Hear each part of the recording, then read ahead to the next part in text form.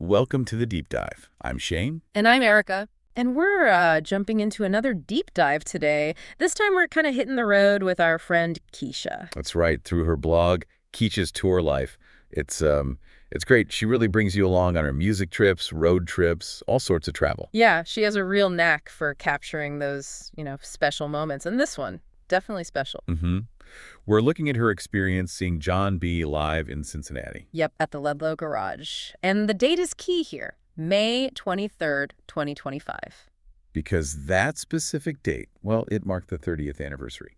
30 years. 30 years of his debut album, BONAFIDE. It's kind of wild to think about. It really is. 1995, that's when it dropped and just, boom, launched him. Right into the spotlight. And that album, the sources describe it as this blend. Yeah, like R&B and pop, but it felt really, really fresh then. And of course, it had Someone to Love. The big one. The Grammy-nominated one. Featuring Babyface, you can't forget that. Definitely not. Kecia's blog really captures that bona fide feel. Calls it unforgettable slow jam realness. That's perfect. You just get the vibe from that phrase alone. Totally. So that's our mission today, right? To sort of unpack Kecia's whole experience at this show. And connect it to Jon B's legacy, using her insights and, the background info we have. Exactly. It should be, well, pretty soulful. Let's do it.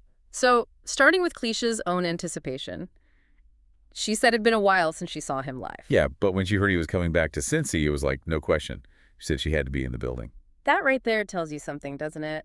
About his pull, even after all this time. For sure. And it sounds like he totally lived up to it. 30 years since Bonafide. And Kecia's writing that he still has that same smooth energy, that same voice. Mm-hmm. Her description is great. Still silky, still effortless, still that comfortable, confident swag.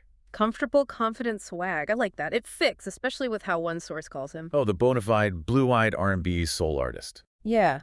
That play on the album title, it acknowledges his, unique spot in R&B. And it sounds like he really owns that. It comes across. It does. And just pausing on that anniversary again, May 23rd, 2025, Bonafide turns 30. It makes you think what Kecia wrote. Where did the time go? Seriously. It feels like yesterday, but nope, 3 decades. Such a milestone. Mm-hmm. But the show wasn't just about hitting play on the past, right? He connected with the crowd. Oh, yeah. Apparently he shared some personal things. Mm-hmm. Like being married 18 years to his Cocoa Brown Queen, as he put it. Nice. And raising 2 daughters. Yeah, and he apparently had a little joke about them, saying they might be a lighter brown. Huh. Okay, so he's got some humor, too. Seems like it. And Kecia noted that stuff, that openness, just made the audience love him even more. I get that. It makes the artist feel more real. Totally. But there was another comment he made that was pretty significant about his place in R&B history. Ah, right. Saying he came before JT and Robin Thicke. Exactly. And emphasizing that R&B is in his blood. Yeah. And then that line. The one about the audience. Yeah. That we, the black audience, raised him. Wow. How did that land? Well, the source is clear. It wasn't arrogant or anything. It was delivered so respectful, so grounded. Okay, that's important. Yeah. Kecia wrote, the audience wasn't offended in the slightest. That speaks volumes, I think, about his authenticity and why he's been so embraced in R&B circles, as one of the few white artists who really were. It really does. It's about that respect, which clearly goes both ways. So moving from the talk to the sound, the band was a big deal this time. Oh, huge. Kecia made a point of that. She's seen him before since 2011. But this time, with a full band. She literally wrote, baby, it made a difference. You can almost hear her saying it. A live band just elevates R&B, doesn't it? It really does. So the setup was Jon B himself on keys. Okay. A drummer, a guitarist, and 2 background vocalists. And the vocalists. Both described as Cocoa Brown Queens. And apparently they weren't just blending in. Kecia highlighted their pure vocal power. Nice. Matching his energy. Exactly. Adding that depth. So any specific song moments that stood out for her? Definitely. One was Overjoyed. He did it with one of the background singers. Oh, the Faith Evans duet originally. That's the one. And Kecia said it's a favorite song of hers, so hearing it live like that, she called it heaven. Wow. You can feel that. What else? He also did a duet from his newer album, the 2024 one, Waiting on You. Okay. Did that with the other background vocalist. Kecia described it as smooth and soulful. Sounds about right for Jon B. But what about the classics, the ones everyone came for? Oh, he delivered. The list she mentioned is basically like a greatest hits set. Let's hear it. Okay, get ready. Someone to love, obviously. Then, they don't know, are you still down? Mm. Don't talk. I do. Cool, relax, and I ain't going out. Yeah. Yeah, that's a solid list. The crowd must have lost it. Pretty much. She described people swaying, clapping, singing every word, like they were all just hanging out in the living room together. Yeah. Even said they were straight up testifying. It wasn't passive listening at all. Love that. She summed it up perfectly, didn't she? Not just a concert. But a vibe.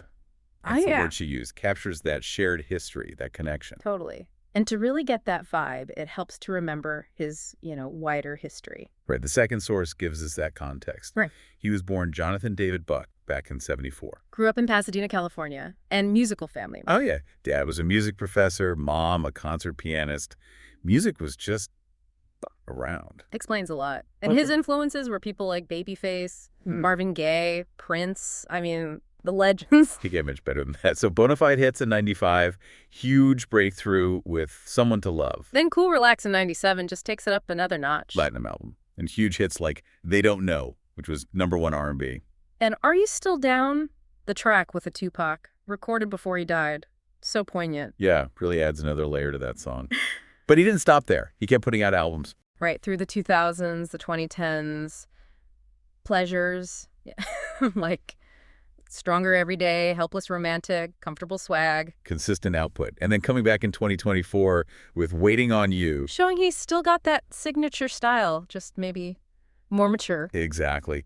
That romantic R&B, but with lived experience behind it now. And that history, that consistency, it feeds into what Kecia felt at the concert. It's about authenticity, isn't it? Yeah, and songwriting chops and just staying power.